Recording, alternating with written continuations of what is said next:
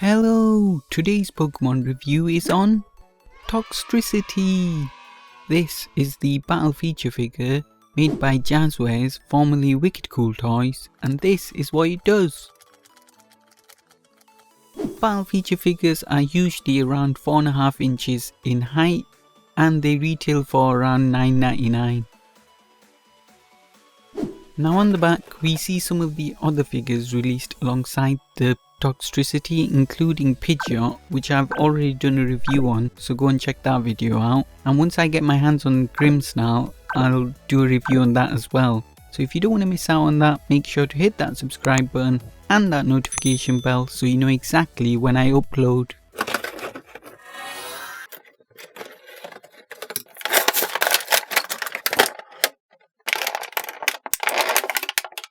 Make sure you stick around to the end of this video where I will be opening some Pokemon TCG Packs.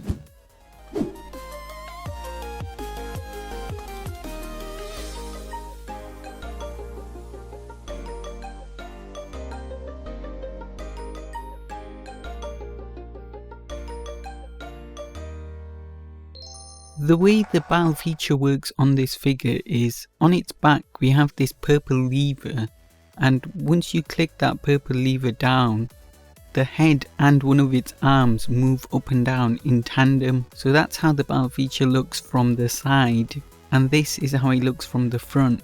So I think the purpose of it is to try and mimic the air guitar. Now on Wikipedia it says the air guitar is a form of dance and movement in which the performer pretends to play an imaginary rock or heavy metal style electric guitar. So that fits in very well with Toxtricity, which is an electric and poison type Pokemon. Like always, I'm not a big fan of this battle feature. I think it's useless. There might be someone who thinks it's super cool out there, but that person is not me. So I always try to use the battle feature on the Ash figure, see if it can knock the Ash figure down.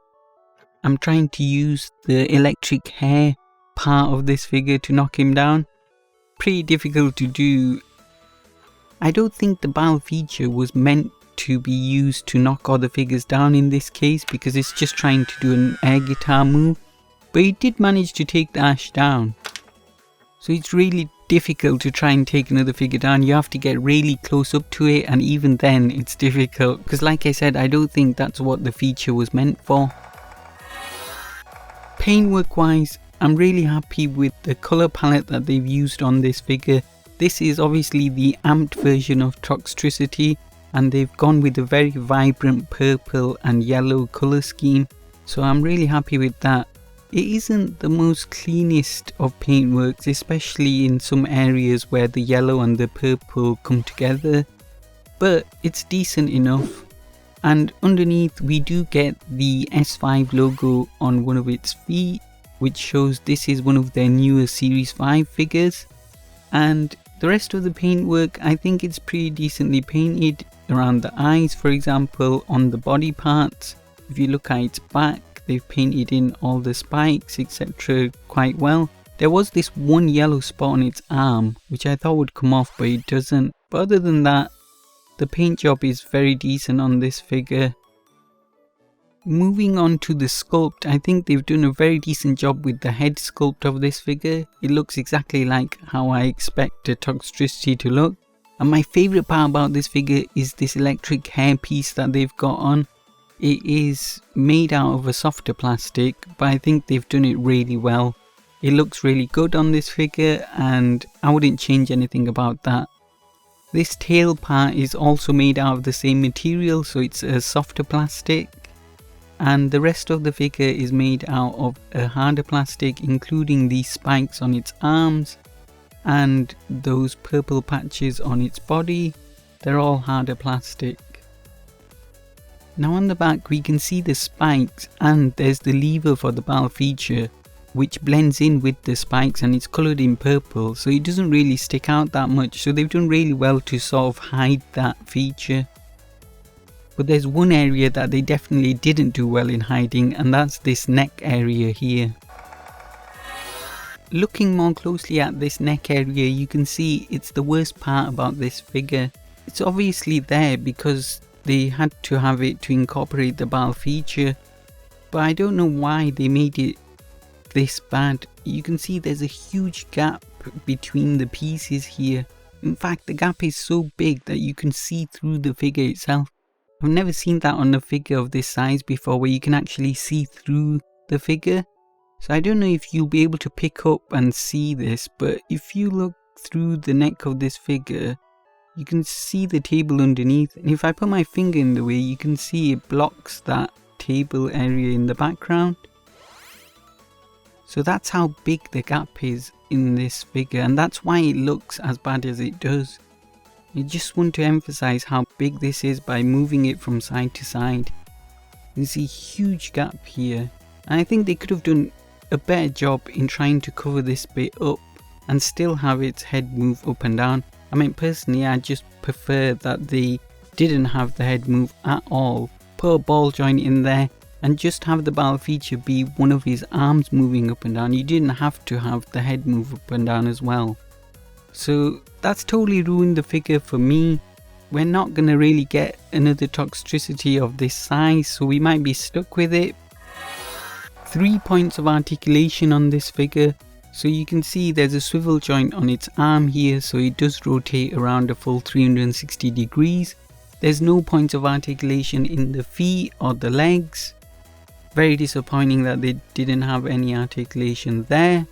And the other 2 points of articulation is in the other arm and the head, which cater for the battle feature, so they move up and down. Not all the way, but a slight amount of movement. Height wise, Toxtricity comes in at 4 inches or 10 centimeters to the top of the head, or about 5 inches or 12.5 centimeters if you include the electric hair part. Width wise, we're looking at 3 inches or 7.5 centimeters, and if you look at it from the side, it goes to just under 3 inches or about 7 centimeters to the end of the tail. Here's a better look at the height of the figure, showing it does go up to about 5 inches to the top of the hair. Toxtricity came out alongside the PIDGEOT figure. I've already done a review on PIDGEOT, go and check that video out. But a minor spoiler would be, this is an excellent PIDGEOT figure, probably the best PIDGEOT we have. So I highly recommend you go and pick that up if you can find it. So I thought, which other figure can I compare this Toxtricity to? And I thought, what about the other purple figure that I have, which is Gengar, probably my favourite figure by Wicked Cool Toys. And I have to admit, these two figures really do look good alongside each other. So that was my review of the JAZWARES Toxtricity battle feature figure. Overall, I think they've used a good colour palette on this figure. Don't like the battle feature, don't like that nasty looking neck part. But if you can get over that neck part, then it is a decent sized Toxtricity and probably the only one we'll ever get of this size. However, if you don't care about size, then I would probably recommend you go for the Scale World Toxtricity. Hello and welcome to my very first Pokemon TCG opening. Today we have a Hidden Fates Charizard tin. Now, I just want to say I am not a Pokemon TCG guy. I will always be a Pokemon toy reviewer, but recently I've started to get into the TCG and I just wanted to add some openings to the end of my videos just to add some watch time. So, Hidden Fates Charizard tin comes with 4 packs. It also comes with the Charizard GX. Really nice. As you can see, this is on the cardboard, and this cardboard section was with the reprints of Hidden Fates. So I managed to get a few of the tins. First we have a Mew pack.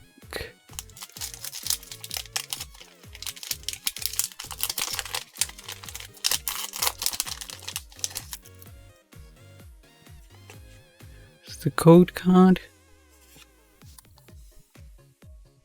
So let me see, the card trick I think is 4 from the back. So we have Energy, Scizor, Charmeleon, Metapod, Ekans, Caterpie, Paras, Charmander, Slowpoke, Wooper Shiny, SV9. Let me see if I've got that card. I actually need this, so happy I've got a Wooper and a Mr. Mime. So let's sleeve that Wooper.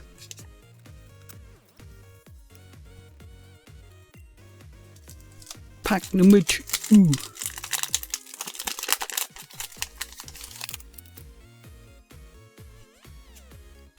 It's a code card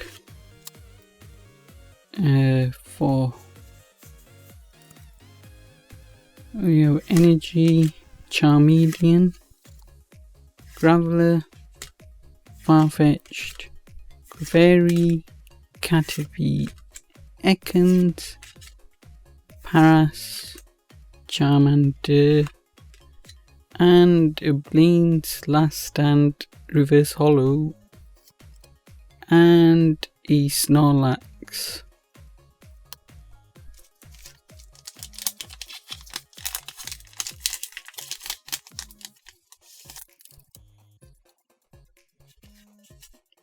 Pack 3 code card.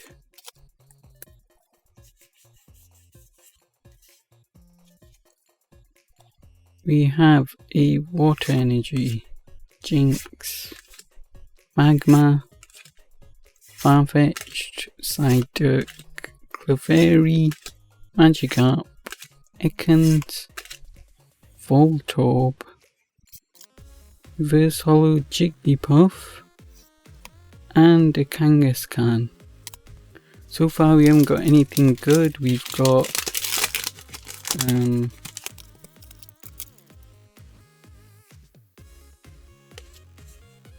so I think the chase cards of this set are obviously the Charizard and the, for me personally, I really want the evolution cards, especially Umbreon, because that's my favorite Pokemon. So that's the card I want the most from Hidden Fates. So we have Paras, Cubone, Voltorb, Geodude, Eevee, Charmeleon Reverse Hollow, and a Zapdos. So not a lot of pulls from these 4 packs. The only one I got was a Wooper Shiny, and I needed this for my master set, so I guess I'm happy with it. I will link my missing cards Google Doc in the description, so go and check that out to see which cards I'm missing from my master set of Hidden Fates. I don't think I'll ever complete it.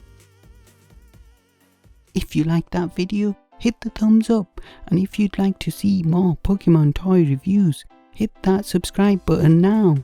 Now go back and watch all my other videos, and I will see you all next time. Bye.